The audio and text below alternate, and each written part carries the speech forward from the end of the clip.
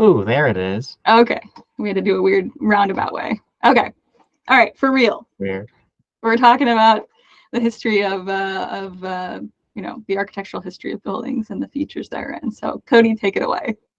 All right, thank you. Well, I do not have a pointer. I'll have to Oh, that's go true. orally instead. That's okay. Just describe and I can point. Hopefully you can see my mouse. Oh, how nice. Yeah, so prior to the introduction of climate control systems, modern utilities, and good transportation routes, the location and designs of buildings were historically adapted to suit the local geography and climate. In more rural agricultural settings, like the picture on the left, the house was often located near sources of fresh water, like a stream or a spring, and near whatever local road was available to them. And had plenty of flat land surrounding the house for farming purposes. And typically, the size and shape of the house depended largely on the size of the family, their economic status, and whatever local building materials were available, which might explain the basic stone chimney on that one, for example. Later on, in towns, cities, and suburban areas, you see houses clustered together more closely on carefully delineated square plots. They're often of a similar size, form, and massing to provide some semblance of uniformity to a neighborhood.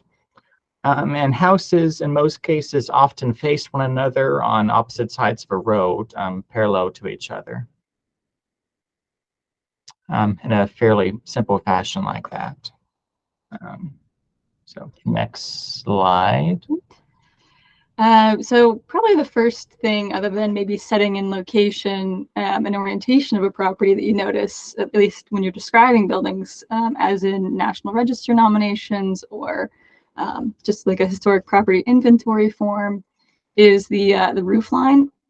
And a gable roof is probably the most common kind of roof you'll find in West Virginia. And the gable actually comes from the sort of the two planes of the roof that actually meet at the top, creating that gable on the side. So if you can see my mouse here, this would be the gable on the side. A lot of people don't consider that that's part of the gable. It's really the side of the ridge there. It's very common in cold weather climates. That's to encourage the runoff of precipitation, of course. Usually that gives them a little bit of a higher pitch too when they're initially constructed. And sometimes that'll also include seeing snow guards, especially on, you might know them as like snowbirds or something, those little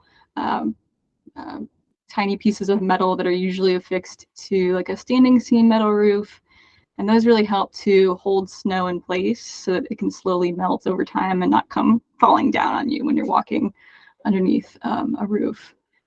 Gable roofs can also have any kind of length of overhang or no overhang at all. You can see in this house in Lewisburg at the top here on the side of the gable, there's really no overhang, but there is a more significant overhang on the side.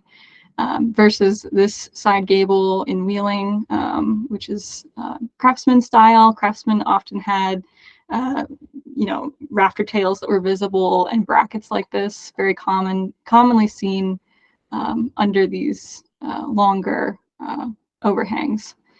And then at this bottom, you can see even this portion of the roof that cuts back in, yet another part of common in West Virginia houses. So here we have pictured a side gable house, and the side gable essentially means that it's gabled on if you're looking straight at the house from street view at the front of the house, the gable is on the side of the house, not on the front facade. Then we have the front gable, of course, and a cross gable, which can really mean any number of gables. Doesn't necessarily mean that it's like a cross shape or a T shape. It's actually kind of an amalgam of different gable shapes kind of meeting up. So you can see one ridge line here meeting this other ridge line to form that cross gable. So that's that first form. Then we have very commonly seen in four-square style houses, but also just houses in general, are the hipped roof. And the way that my professor in grad school actually described hipped roofs in a way that I remember very well is imagine someone standing with like a dress or a skirt on their hips, you know, having it kind of flourish out from the top. So that's kind of how I conceptualize the hipped roof, as this is sort of the skirt or the dress kind of coming out. So it's an extremely stable, but much more complicated roofing form compared to the gable roof. The gable roof is very simple. It just sort of has rafters with a ridge beam that run, you know, in the middle of those rafters. The hipped roof really has a structural system wherein all rafters are kind of forming and self-bracing on top of each other. So, you know, it's kind of nice in that it braces well against winds and heavy loads, like a lot of snow. But it does limit your attic space. So unlike with the gable roofs where you might have some space for, you know, additional bedrooms or something, usually you might see a dormer or something on a hipped roof like this, which adds additional space and light into that attic and makes it a usable space. But otherwise, it would be pretty hard to use that space. So this is like the bottom photo here is a really basic hipped roof. It kind of has this like flat, well, not really flat, but sort of just like a ridge at the top, basic hipped. And then we have a hipped pyramid shown here on the top right. You can really see that point at the top, more pyramidal in its form. This roof is also at the bottom here, a hipped roof with cross gables. So on one side on the front, you can see this very obvious cross gable or gable on this side. And then on the rear, there's another gable that is harder to see, but it is there. This is in Lewisburg. And so they have sort of a cross form. And lastly, at the very top here on this roof, you can kind of make it out, but there is a flat portion that meets the hipped roof at the top here of this standing seam roof. So sometimes that will be like a rubber membrane, or it could also be metal, or even asphalt. Not ideal with asphalt, but you'll often see those at the tops of hipped roofs as well. Oop, too far back. And then what I'm calling other roofs. So if you're in a downtown commercial storefront area, you're going to see a lot of flat roofs. Flat roofs like the top left photo there in Belington, just a very simple, minimal overhang. Sometimes you might see some overhang. This one has a pretty elaborate cornice up here, but otherwise it's very plain. I believe it's a metal roof, but usually there's, you know, just a very simple line. When we say flat roof, it's really not perfectly flat. It does need to have some sort of angle to it so that water can run off. Otherwise, it would just be pooling. The gambrel roof down here, you might think of that as a traditional barn style roof. So you see that in a lot of barns throughout West Virginia, but it is you know, a very interesting style roof. This is in, I think, Point Pleasant, and it's just a very cute roof. And it's actually a cross gambrel roof, because you can see there's another gambrel on this side as well, so kind of more complex. Mansard roof here in Parkersburg, maybe kind of famous for its mansard roofs up there in the Julia Ann Square Historic District. The mansard roof is generally coupled also with a flat roof portion, so beyond what you can see here, there's a flat roof with probably a low slope. But the mansard roof was really kind of coined in Paris, so it's very Parisian in that sense. But there's always this lore that mansard roofs were designed so that you could kind of fake your way out of paying taxes for an extra story in Paris, because you had to pay taxes by the story in the livable space. So they said, well, that's not actually a story; it's actually a part of the roof.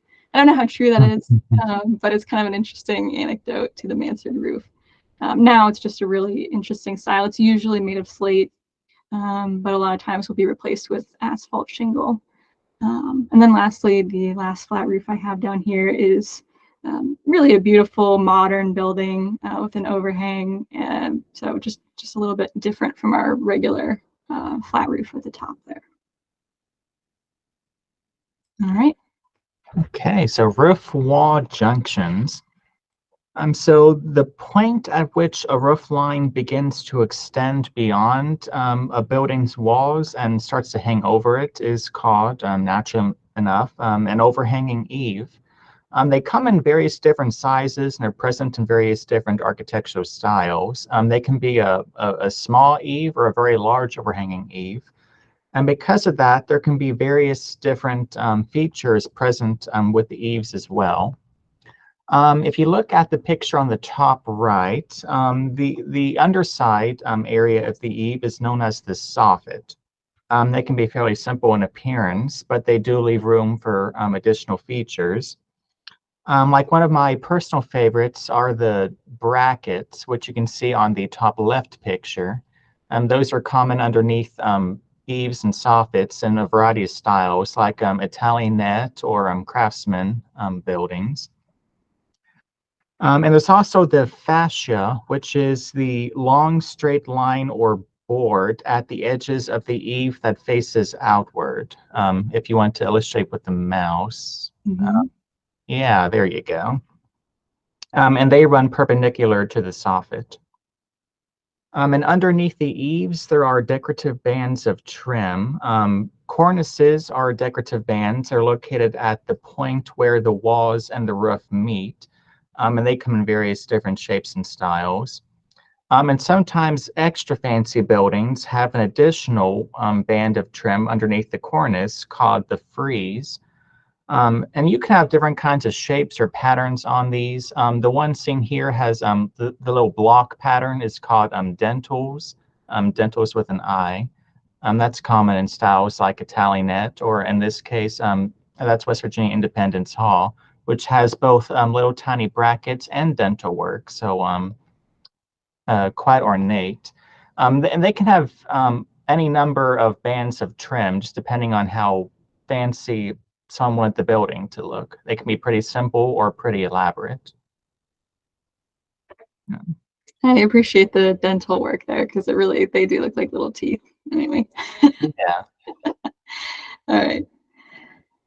So floor plans, another great way to describe a building, and sometimes a little more challenging depending on how the building was constructed. So this building here in Beverly, and on the right here, we have a bunch of different plans. You can always look that up online. They're all over the place. Of course, they're very simple, usually with older houses, and get a little more complex, like I said, as they kind of have additions. But yeah, so the house here in Beverly, I actually used to live in this house, but I know that it was started as a log cabin. It's one of the one of the oldest houses in Beverly.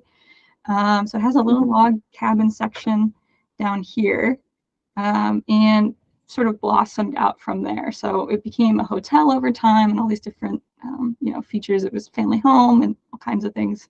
So for all those reasons, it added, there's all these extra doors, windows. There are a lot of, singular rooms down a central corridor. So if you're standing at the street view looking at this house, it might be a little hard to figure out what the plan shape would be. So I always recommend going on to Google, sort of the aerial view from Google, and getting a sense of the building. So this is the street here. This is the front of the house that we're looking at in this photo. And you can see that there, was this initial gable here, and possibly at the same time or a time near that, there was another gable attached in the back to form maybe like a T shape.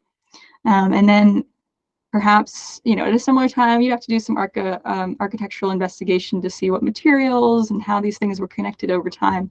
But there was yet another addition, very likely on the side here. So then it becomes a more complex compound plan instead of just a very simple sort of linear plan, or even just, a single room cabin. So floor plans really do evolve over time. Sometimes people will strip everything back and take it back to its original look, but it's really important to keep all of these different alterations and changes over time, because that makes up, obviously, the building.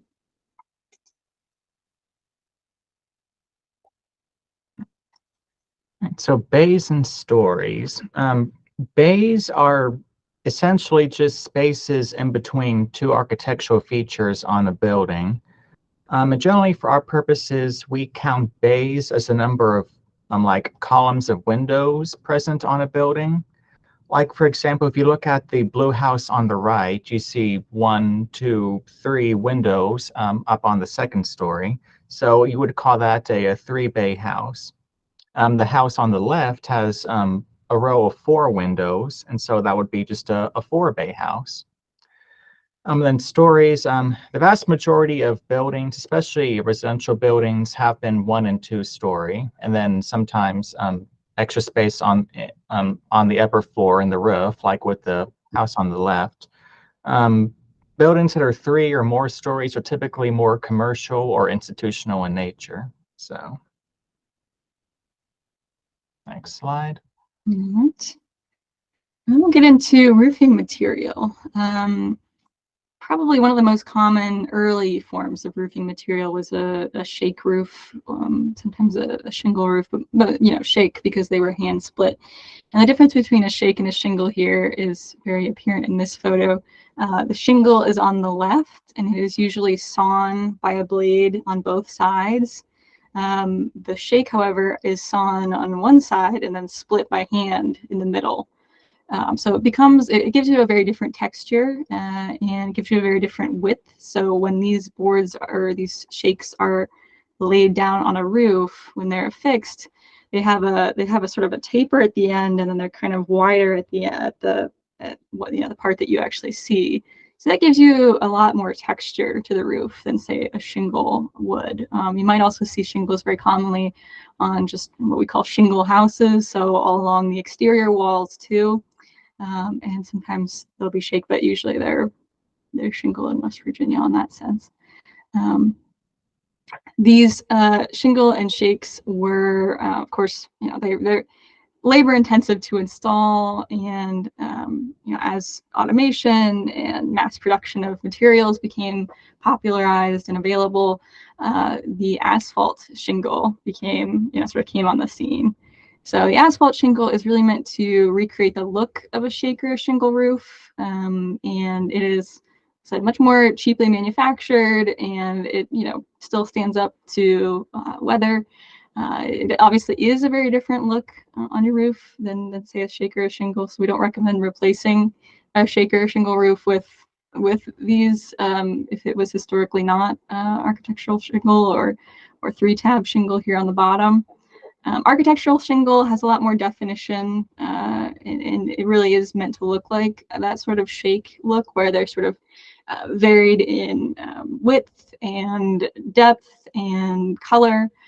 So that's really the look that the architectural shingle is giving you. The 3-tab shingle is also very common throughout the state, and very, very simple to apply. It gives you a very different look, though. I think when you're standing away from it, you don't get the sort of faux depth that the architectural shingle is trying to give you. It's very flat, almost looks more like a slate in a way.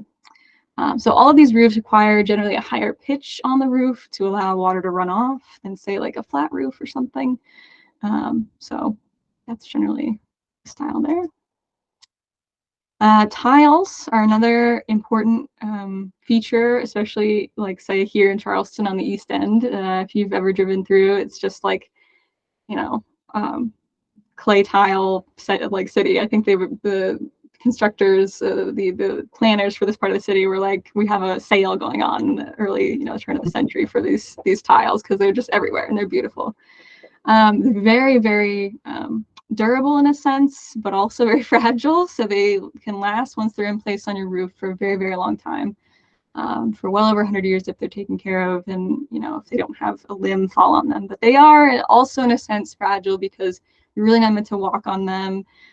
They are easy to break when they're being installed, so you kind of have to figure that into the cost benefit analysis when you're replacing these roofs. Generally, when a slate roof on the right or the tile roof on the left here are installed and they are lasting for a long time, it's actually the fasteners themselves that are breaking down before the clay or the slate roofs do.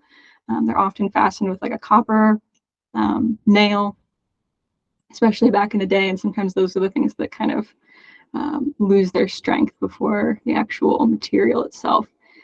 Another thing to note is they are very, very heavy upon installation, and obviously, of course, throughout the life span that they're on the building. So they do require some additional structural support.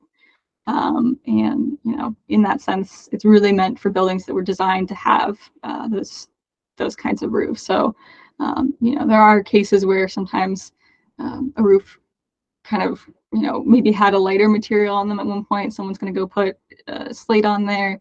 Not really a great idea unless you're fortifying that roof structure. Metal, everybody's favorite. Everybody wants a metal roof on their house, and everybody wants to have that because it lasts a long, long time, and it's really great for that reason. Metal is also very lightweight too, so unlike the tile and the slate. The most common historically, of course, was a standing or a flat seam roof, as shown in the top left photo there. So called because they really are, the seam is crimped together to keep out water, and usually hand crimped back in the day. That's kind of the only way to do it, but these long panels that were crimped with usually like a felt underneath to keep the water out. So they were largely steel, iron, or copper here in West Virginia, and are pretty much always coated with a turn metal. So a combination of lead and tin, or tin zinc, or lead and zinc usually has some combination to be applied to prevent corrosion of these metals, and it also reduces color changing. There are occasions, of course, where there will be a copper roof that's just left copper and left to have that green patina form over time. But generally, when it's otherwise a metal roof, you see them painted black a lot, and that's really not the paint, that's more of the turn metal coating. Sometimes paint will be reapplied to help protect and fortify, because obviously applying a turn metal in that case, to reapply would not really be possible unless you were to remove each piece and dip it in the metal solution. But so painting is the obvious choice to help to maintain these roofs over time.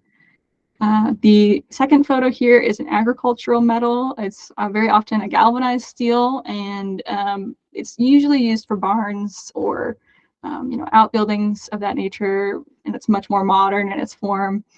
It changes the look of the building. As you can see, it's very different from the standing seam roof here.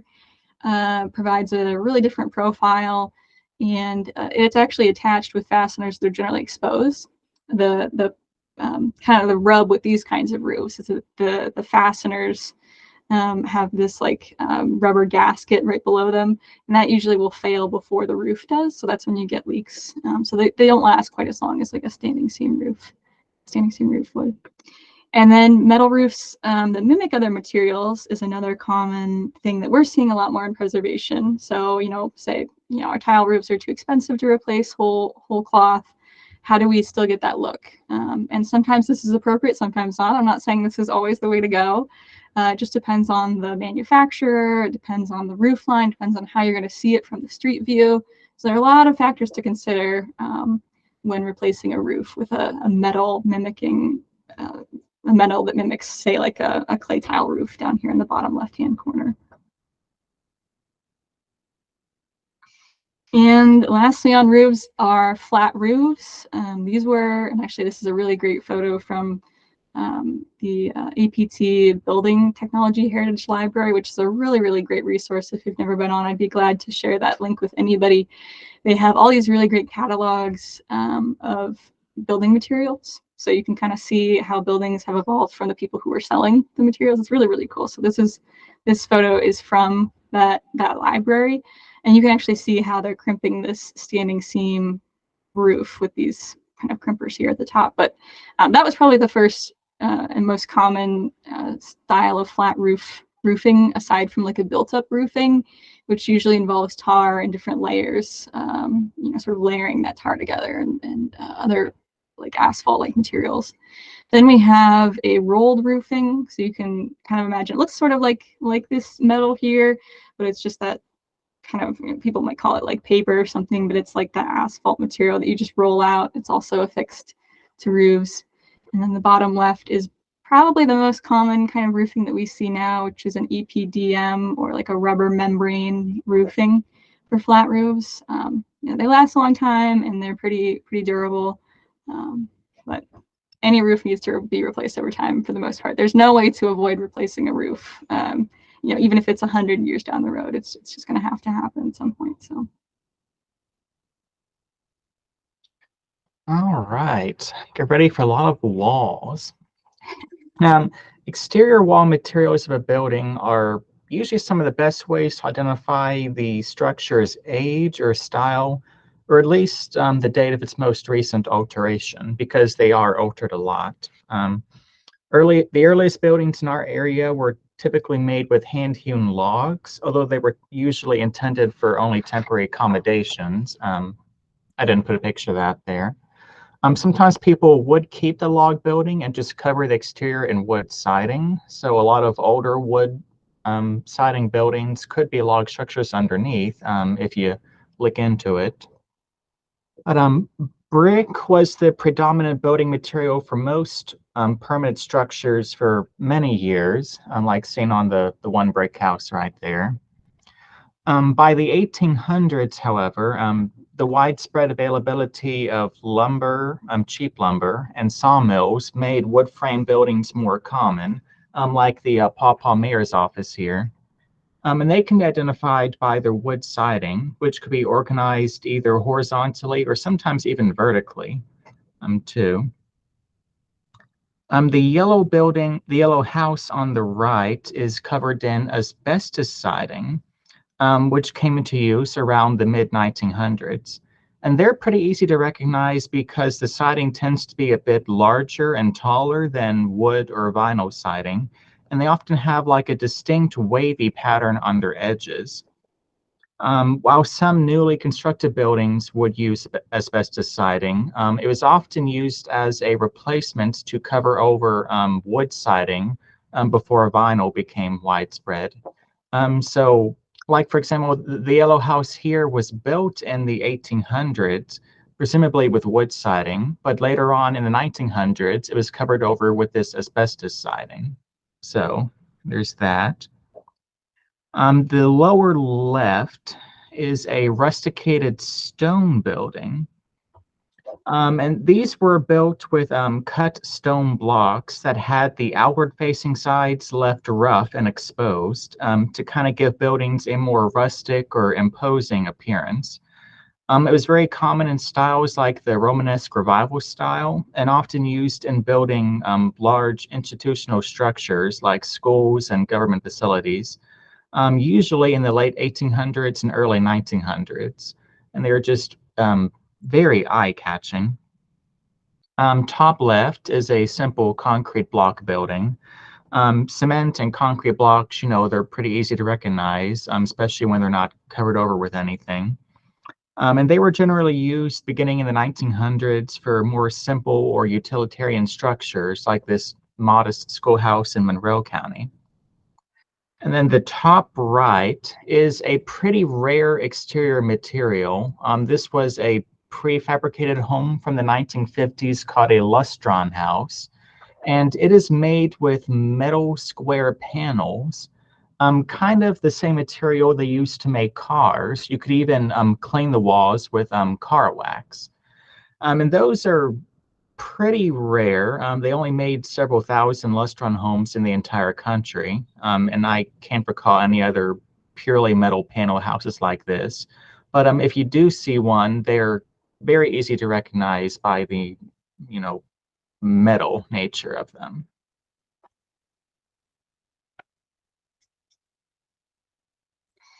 Okay, so the actual framing of a building, aside from like a mass masonry and anything like that, but talking about the wood framing, which is very common in houses throughout West Virginia, the first kind of categorization is heavy frame.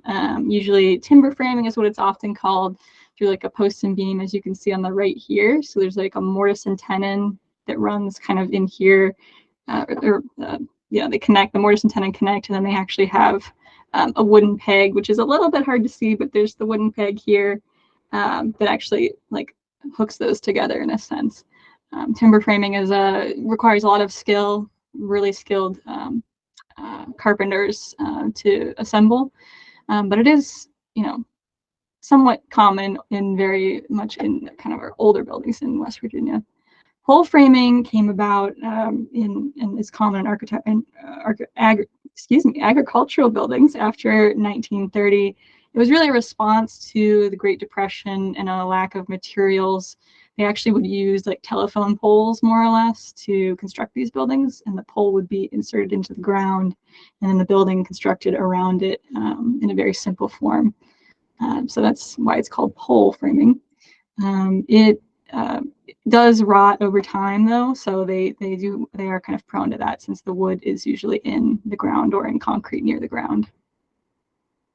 And this is a little more on timber framing. This is a really cool house that Cody and our coworker Jess and I got to go into earlier this year. But you can see the rafter here and the mortise and tenon that actually connect at the top. And this house is not really entirely timber frame. It just a good example of how it would look. You also see the wood collar that runs here. And this, just because it actually rotted out, which we don't like to see, but this is a really great example of how the joists connect to the sills through a timber frame structure. So again, we hate to see it, but this is a great example. The sill is this piece here that would run across the bottom of the building. And then this is the joist that actually holds up the floor that runs out. And so you can see how those were connected over time through a mortise and tenon as well. Wood framing that is also very, very common, way more common, is stick framing. It's a very much a lighter style. It requires a little bit less finesse, and usually it always involves dimensional lumber. So with the advent of these mass production facilities, there was the ability to create the same size lumber, so you could use that, kind of everywhere you go. Also, mass-produced nails as well made this much more tenable. You can see this is a really great photo that I kind of stole off Facebook, but it's a great photo. And you can see the balloon framing here, which is the older style of framing on the left. And this is another great example of balloon framing. But the way you can tell there is a singular joist, a singular stud running the entire length of the building. And this is back when we had old growth lumber on hand. So they're called balloon framing because they were considered to be so light they could be carried away in a breeze or something like that. There's also a discussion of this came from like a French word, so it's probably that one. But that's kind of where that origin comes from. But you can see here there's a ledger board or a ribbon board that kind of is cuts into the stud of the building, and that's how a floor would be created. Is being held up by this ledger board. The platform framing, which is much more modern, the studs were cut to the height of the actual story itself. You can see that on this bottom photo here. It's a very distinct form. They really are their own separate parts. It's like sort of stacking stories on top of stories. And then you can see a stronger 2x4s, what we call a plate, with the faces kind of facing each other, on which the joists, it sits right on top of those. The joists sit on top of the plate, and then the plate sits on top of the stud. So that's generally how we tell those buildings. Oh, we jumped right into windows, so that's also me. Okay, so the first word that usually describes windows is the operation of the windows. So usually it'll be a single hung sash, double hung sash. On this far right corner, we have a triple hung sash even. It'll be a hopper style building or an awning style, window or awning style window. Casement windows like this one here, where they open outwards, kind of like French doors, that's casement. Pivot windows like this great example here in Martinsburg on an industrial building. The interwoven mills actually pivots on the center. And slider windows, commonly slide open. So those are how we describe the operation of windows. Sash windows are usually opened from the bottom up. So a lot of times people, when they are describing buildings, will look at this and say, well, we have a double hung window. We don't know that for sure unless you're inside the building. You can see how it operates. It may just be that the bottom sash opens, therefore it would be a single hung window. If both are operable and they can kind of open, or if all three are operable, that's when you could call it a double or a triple hung window. So sometimes it just depends on how it actually opens. So I wouldn't just jump to calling it a double hung. Location is also important. So when you think of transom windows or side lights or even eyebrow windows are usually on roofs. That usually describes the location of those. Oriel windows, like this one here in Morgantown, is always above the street level. So it's unlike a bay window, which is on the first floor. The Oriel window is on the second, third, etc. floor. So that describes location. And then lastly, materials. So wood sash windows were the most common historically, of course, like these ones here, but you also get clad, aluminum clad windows like this. You get steel windows, you get all kinds of different windows now. So they all describe how they operate, but also how they look. And then styles I could talk about all day long, so I'm not going to get into them too much, but if you just Google like window styles, you'll find any number of styles, but the way that they are actually designed gives you some indication of how old the building is and the style of the building. My personal favorite style is Craftsman.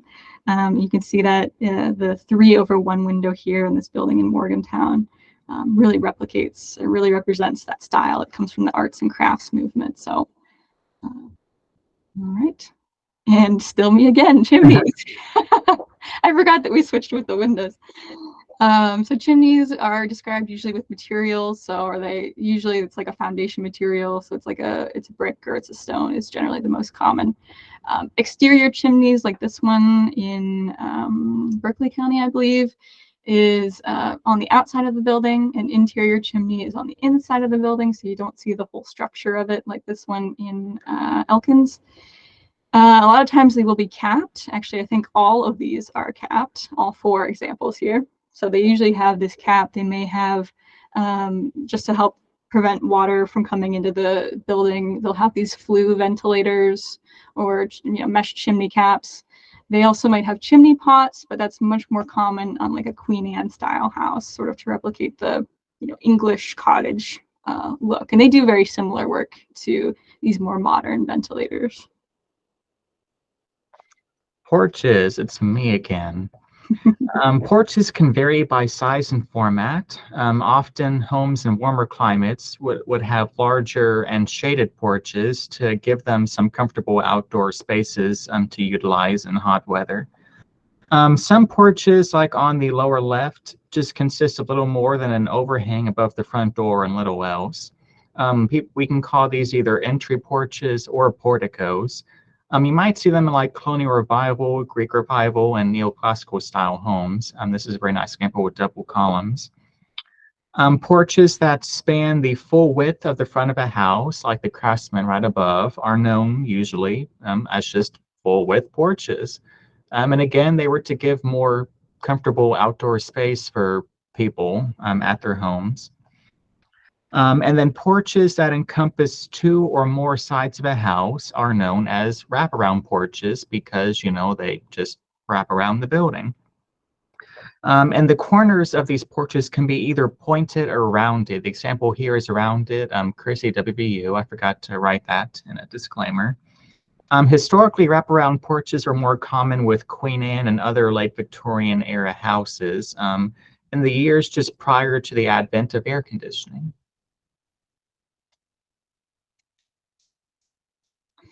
Okay, and interior flooring, we could get into all the tiles and the, all the different kinds of materials, but maybe the most common wood flooring throughout West Virginia in these historic buildings is a wood flooring.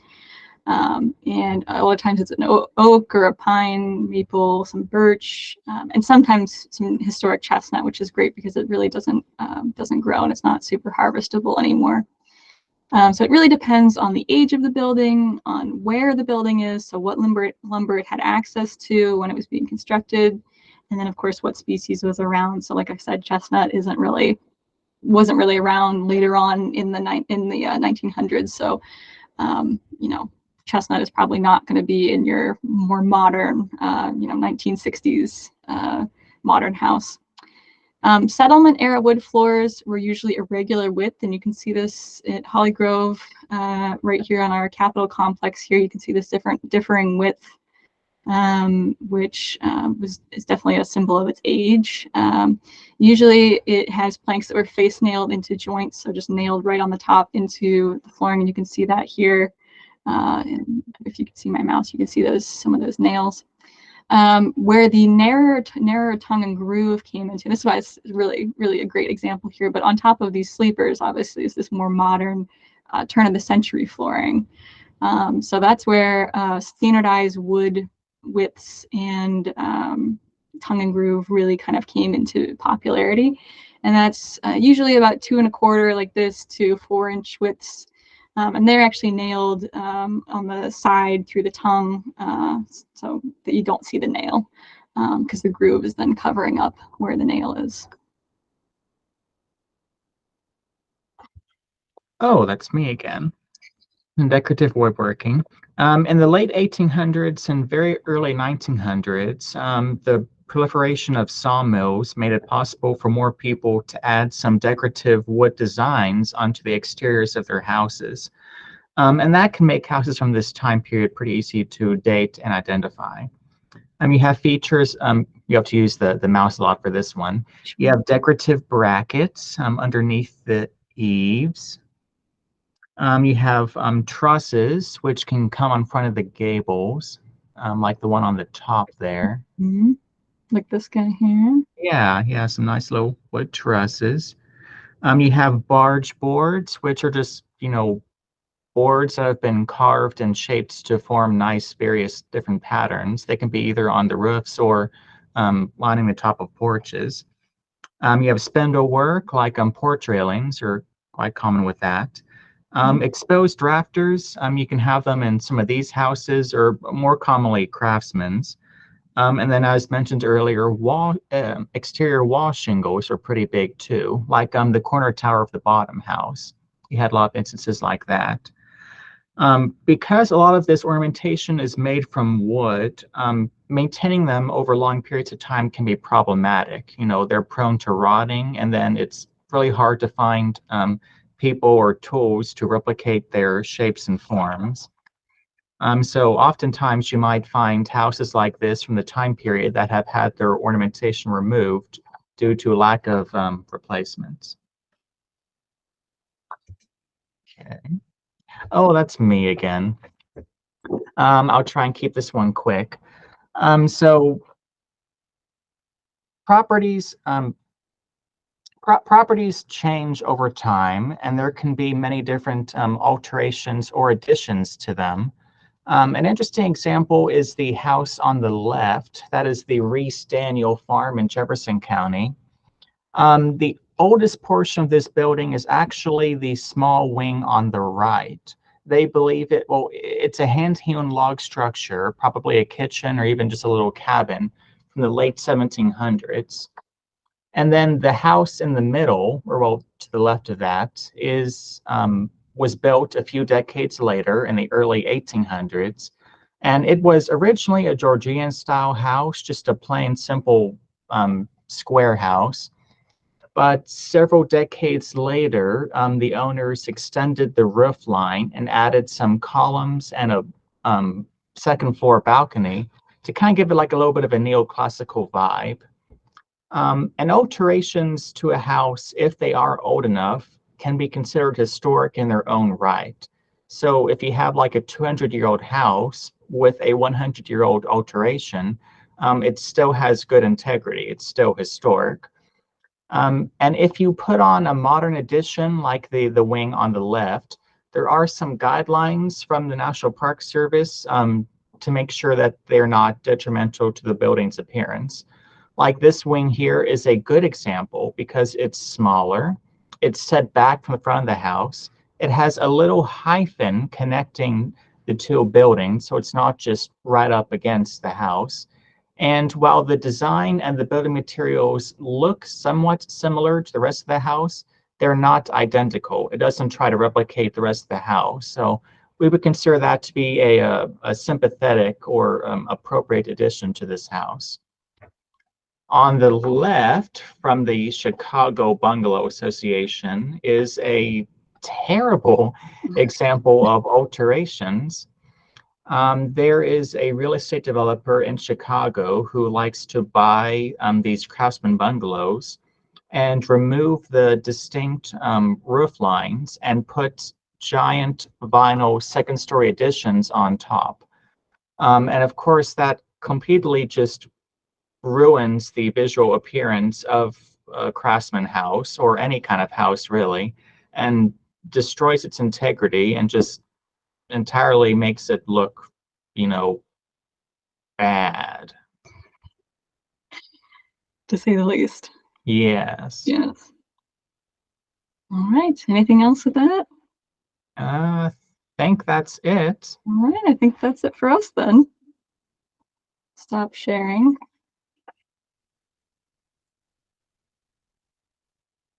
All right. Any questions on what we kind of ran through there? Comments, complaints?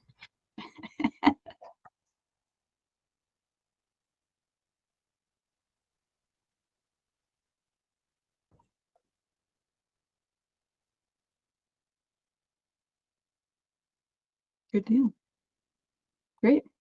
We're glad to talk about any of these in more detail, particularly Windows. That's my bread and butter and my favorite thing to talk about, as you could probably tell.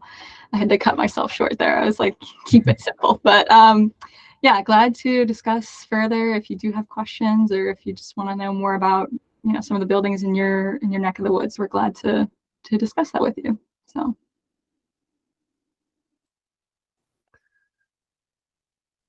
Are those slides available, or is your presentation available? We will, yeah. We'll make these available for everybody afterwards. Yep. Very good. Thank you. Cool. All right, Claire, I think I'll turn it back over to you. Sure.